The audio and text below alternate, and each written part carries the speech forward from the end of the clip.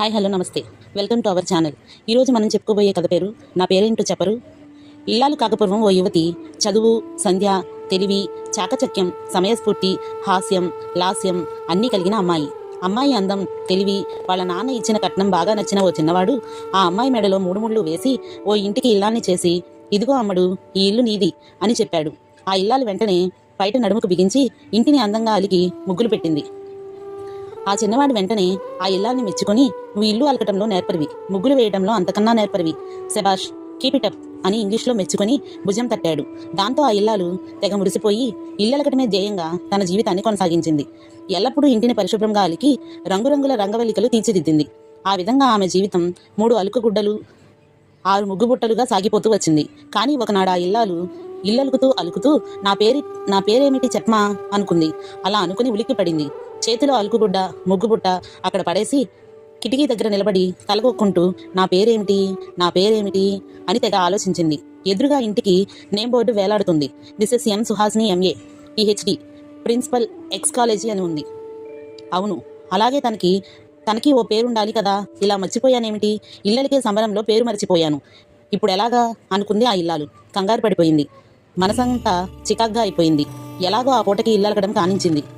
అంతలో పని మనిషి వచ్చింది. పోనీ ఆమెకైనా గుర్తుందేమోనని, అమ్మాయి, నా పేరు నీకు తెలుసా అని అడిగింది. అదేమిటమ్మా, అమ్మగారుల పేర్లతో మాకేమిటి పని, మీరంటే మాకు అమ్మగారే, ఫలానా తెల్లమేడ క్రింద భాగంలో అమ్మగారంటే మీరు అన్నది ఆ అమ్మాయి. అవునులే పాపం, నీకేం తెలుసు అనుకుంది ఇల్లాలు. స్కూల్ నుంచి మధ్యాహ్నం భోజనానికి వచ్చారు. పిల్లలకైనా గుర్తుందేమో నా పేరు అనుకుంది ఇల్లాలు. ఒరే పిల్లలు, నా పేరు మీకు తెలుసా అని అడిగింది. వాళ్ళు తెగ ఆశ్చర్యపడిపోయి, నువ్వు అమ్మవి, నీ పేరు అమ్మే, మేము పుట్టినప్పటి నుంచి మాకు తెలిసింది అదే. నాన్నగారి పేరుతో ఉత్తరాలు వస్తాయి, ఆయనంతా పేరుతో పిలుస్తారు కనుక మాకు తెలుసు. నీ పేరు నువ్వు మాకెప్పుడూ చెప్పలేదు కదా, పోనీ నీ పేరుతో ఉత్తరాలు కూడా రావు అనేశారు వాళ్ళు. అవును, తనకెవరు ఉత్తరాలు రాస్తారు, అమ్మా నాన్న ఉన్నారు కానీ నెలకో 2 నెలలకో ఫోన్ చేస్తారు. చెల్లెళ్ళు అక్కలు కూడా వాళ్ళ ఇల్లు అలుక్కోవడంలో నిమగ్నమై ఉన్నారు. వాళ్ళు అంటే ఏ పెళ్ళిళ్ళలోనో పేరెంటాలలోనో కలిస్తే కొత్త ముగ్గుల్ని గురించో వంటల్ని గురించో మాట్లాడుకోవటమే కానీ ఉత్తరాలు లేవు. ఇల్లాలు నిరాశపడింది. కానీ ఆమెకి అశాంతి ఎక్కువైంది. తన పేరు ఎలాగైనా గుర్తు తెచ్చుకోవాలని తపన ఎక్కువైంది.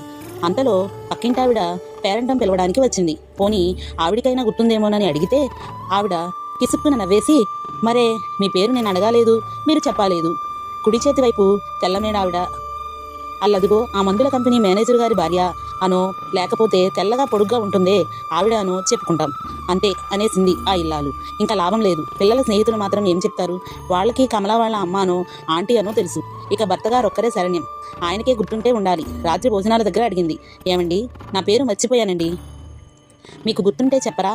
భర్తగారు పెద్దగా నవ్వేసి, అదేమిటో ఎన్నడూ లేనిది ఇవాళ పేరు సంగతి ప్రస్తావిస్తున్నావు, నిన్ను పెళ్ళయిన నాటి నుంచి ఏమోయ్ అని పిలవడం అలవాటైపోయింది.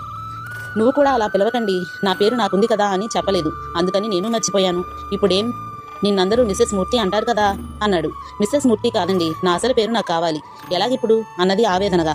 దానికేం, పోనీ ఏదో ఒక పేరు పెట్టేసుకో కొత్తది అని సలహా ఇచ్చాడు ఆయన. బాగుందండి, మీ పేరు సత్యనారాయణమూర్తి అయితే మిమ్మల్ని శివరావనో సుందరరావనో పెట్టుకోమంటే ఊరుకుంటారా, నా పేరే నాకు కావాలి అన్నది.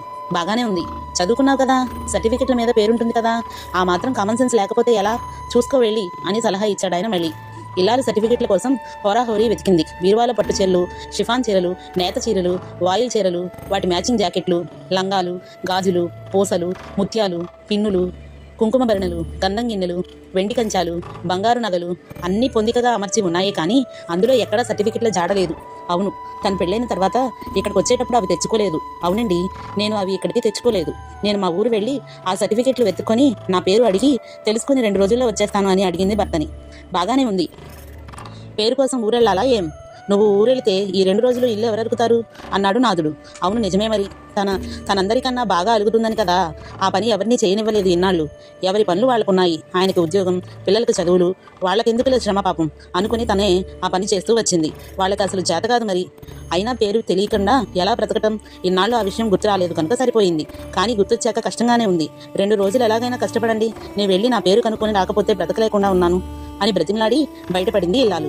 ఏమ్మా, ఇంత అర్జెంటుగా వచ్చావు, ఆయన పిల్లలు బాగున్నారా, ఒక్కదానివే వచ్చావేం అని అమ్మా నాన్న ఆప్యాయంగానే పలకరించినా అందులో కొంత సందేహాన్ని కూడా జోడించారు.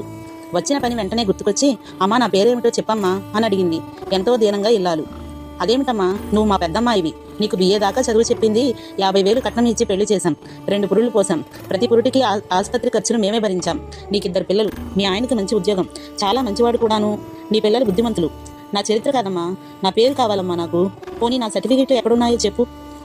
ఏమోనమ్మా, ఈ మధ్యన అలమారులో పాత కాగితాలు, ఫైళ్లు అన్నీ ఖాళీ చేసేసి గాజు సామాన్లు సర్దించాం. కొన్ని ముఖ్యమైన ఫైళ్లు అటక మీద పడేశాం. రేపు వెతికిద్దాంలే. ఇప్పుడు వాటికి ఏం తొందర? హాయిగా స్నానం చేసి భోజనం కానియమ్మా అన్నది ఆ ఇల్లాలి తల్లి. ఇల్లాలు హాయిగా స్నానం చేసి భోజనం చేసింది కానీ నిద్ర రాలేదు. ఆడుతూ పాడుతూ ఇల్లలుకుతూ ముగ్గు వేస్తూ పేరు మర్చిపోవడం వల్ల ఇలా ఇన్ని కష్టాలు వస్తాయని ఎప్పుడూ అనుకోలేదు. తెల్లవారింది కానీ అటక మీద ఫైళ్లలో సర్టిఫికెట్లు వెతకటం పూర్తి కాలేదు. ఈలోగా ఆ ఇల్లాలు కనపడ్డ మనుషునల్లా అడిగింది. చెట్టునడిగి, పుట్టనడిగి, చెరువునడిగి, తన చదివిన స్కూలునడిగి, కాలేజీని అడిగి, అరచి ఆక్రోశించి ఎట్టకేలకు ఓ మిత్రురాలను కలిసి తన పేరు సంపాదించింది. ఆ స్నేహితురాలు తనలాగే తనతోనే చదువుకొని, తనలాగే పెళ్లి చేసుకుని, తనలాగా బ్రతుకు ఇల్లలకటం కాకుండా ఇల్లలకటం బ్రతుకులో ఒక భాగంగా బ్రతుకుతూ తన పేరును, తన స్నేహితురాల పేర్లను కూడా గుర్తుంచుకున్న వ్యక్తి. ఆ స్నేహితురాలు ఈమెను చూడగానే గుర్తుపట్టి, ఓ హాయ్ శారద, నా ప్రియమైన శారద అని కేకలు పెట్టి కౌగులించేసుకుంది. అప్పుడు ఆ ఇల్లాల్ని దాహంతో ఆర్చుకుపోయి ఎండిపోయి ప్రాణం పోవడానికి సిద్ధపడిన వాడికి కొత్త కూజాలో నీళ్లు చెంచాతో నోట్లో పోసి బ్రతికించిన చందంగా బ్రతికించింది ఆ స్నేహితురాలు. నువ్వు శారదవి. నువ్వు మన స్కూల్లో 10th క్లాస్లో ఫస్ట్ వచ్చావు. కాలేజీలో జరిగిన మ్యూజిక్ పోటీల్లో ఫస్ట్ వచ్చావు. అప్పుడప్పుడు మంచి బొమ్మలు వేసేదాన్ని. మనమందరం 10 మంది స్నేహితులం. వాళ్ళందరినీ నేను అప్పుడప్పుడు కలుసుకుంటూనే ఉన్నాను. మేము ఉత్తరాలు రాసుకుంటూనే ఉన్నాం. నువ్వు ఒక్కదానివే మాకు అందకుండా పోయావు. చెప్పు, ఎందుకు అజ్ఞాతవాసం చేస్తున్నావు అని నిలదీసింది ఆవిడ. అవును ప్రమీల, నువ్వు చెప్పింది నిజం. నేను శారదనే. నువ్వు చెప్పేదాకా నాకు జ్ఞాపకం లేదు. నా మెదడులోని అరలన్నీ కూడా ఇల్లు ఎంత బాగా అలకాలి అనే విషయం మీదే కేంద్రీకృతం అయిపోయాయి. ఇంకేం గుర్తులేదు. నువ్వు కనపడకపోతే నాకు పిచ్చెక్కిపోయేది అని శారద అనే పేరు గల ఆ ఇల్లాలు శారద సరాసరి ఇంటికి వచ్చి అటక ఎక్కి పాత ఫైళ్లు తిరగదోడి తన సర్టిఫికెట్లు, తను వేసిన బొమ్మలు, పాత ఆల్బమ్లు అన్నీ సాధించింది. తన స్కూల్లో, కాలేజీలో గెలుచుకున్న ప్రైజులు కూడా వెతికి పట్టుకుంది. కొండంత సంతోషంతో ఇంటికి తిరిగి వచ్చింది. నువ్వు లేవు. ఇల్లు చూడెలా ఉందో, సత్రంలా ఉంది. అమ్మయ్యా, నువ్వు వచ్చావు. ఇంకా మాకు పండగేనోయ్ అన్నాడు శారద భర్త. ఇల్లలకగానే పండగ కాదండి. అవును, కానీ ఇక నుంచి